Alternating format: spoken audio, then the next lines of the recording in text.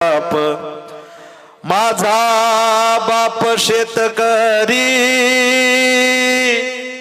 उभ्या जगाचा पोशिंदा त्याच्या भाळी लिहिलेला रात दिस काम धंदा आम्ही कष्टाचंच खातो जग करी हाप हाप तिथं राबतो कष्ट तो माझा शेतकरी बाप माझा शेतकरी बाप। तुम्ही म्हणताल महाराज कविता काय सांगता याला काय प्रमाण आहे का?